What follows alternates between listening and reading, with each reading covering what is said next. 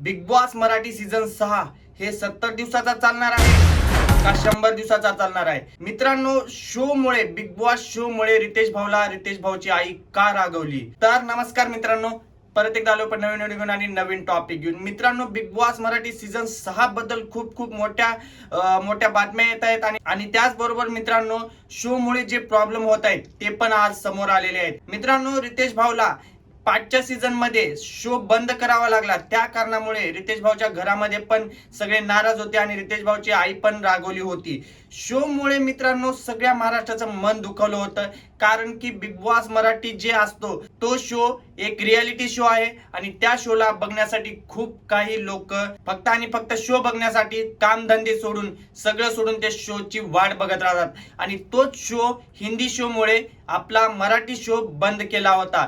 तर मित्रांनो, ह्या वेळेस पण बिग बॉस मराठी सीझन 6 हे 70 दिवसाचा चालणार आहे का 100 दिवसाचा चालणार आहे? मित्रांनो, त्याच बाबतीत आज आपण व्हिडिओ घेऊन आलोय. त्याआधी सांगतो मित्रांनो, तुम्ही जर आपल्या चॅनलला सबस्क्राईब केलं नसेल तर सबस्क्राईब पण करून घ्या आणि व्हिडिओ लाईक नसेल केलं तर लाईक पण करून घ्या आणि कमेंट मध्ये तुमचा आवडता कॉन्टेस्टंट कोण आहे ते पण सांगा.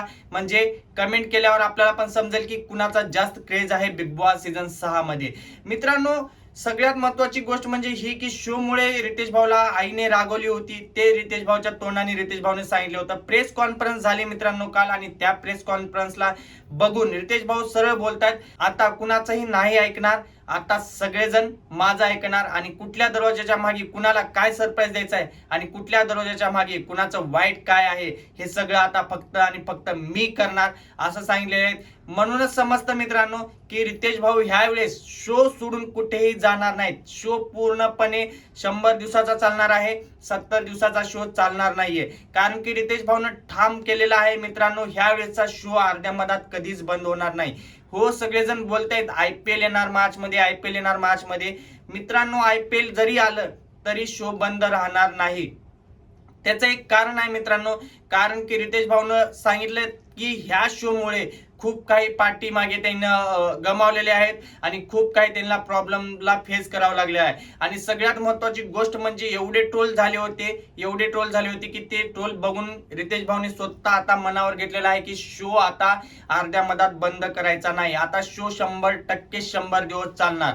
आणि दुसरी गोष्ट मित्रांनो, आता बिग बॉस मराठी सीझन 6चं जे टायटल सॉन्ग आहे ते 1 ते 2 दिवसात आपल्याला बघायला भेटणार आहेत. लवकरात लवकर टायटल सॉन्ग पण आपल्याला बघायला भेटेल. 7 किंवा 8 तारखेला मित्रांनो बिग बॉस मराठी सीझन 6चा जो टायटल सॉन्ग आहे तो आपल्या समोर येणार आहे. आणि मित्रांनो, जो ग्रँड प्रीमियम शूट असतो तो पण 2 दिवसात शूट होणार आहे आणि 2 दिवसात जेवढी काही पब्लिक जाणार आहे कॉन्टेस्टंट म्हणून ते सगळ्या पब्लिकची लिस्ट आपल्या समोर येणार आहे. आणि लिस्ट आल्यानंतर आपण एक नवीन व्हिडिओ बनवू, त्याच्यावर एक वेगळा व्हिडिओ बनवू आणि कोण आवडतं कुणाला आणि कोण कुणाला आवडत नाही हे पण आपण बघूया. कारण की मित्रांनो, ह्या वेळेचा बिग बॉस सीझन 6 जे आहे ते म्हणजे फुल राडा करणार आहे, कारण की हर वेळेस सीझन पेक्षा काहीतरी वेगळा आला आहे. कारण रितेश भाऊने सरळ बोललेले आहेत, इथे दरवाजे कमी आहेत. प्रेस कॉन्फरन्स मध्ये सरळ बोलले आहेत, तिथे दरवाजे कमी आहेत, पण बिग बॉसच्या हाऊस मध्ये दरवाजे भरून आहेत आणि प्रत्येक दरवाजा मागे काहीतरी वाईट आहे आणि काहीतरी चांगला आहे. आता मित्रांनो, आपल्याला एवढंच बघायचं आहे की रितेश भाऊ आता फेअर डिसिजन घेतात की अनफेअर डिसिजन घेतात, का अर्ध्या मधातूनच पळून जातात, फक्त एवढंच बघायचं आहे मित्रांनो. पण ह्या वेळेस तर रितेश भाऊन सरळ बोललेलं आहे, ट्रोलरला कितीही ट्रोल करत राहिले तरी मला काही हरकत नाही, मला काही फरक पडत नाही, मी माझं काम 100% योग्य करणार आणि बरोबर करणार.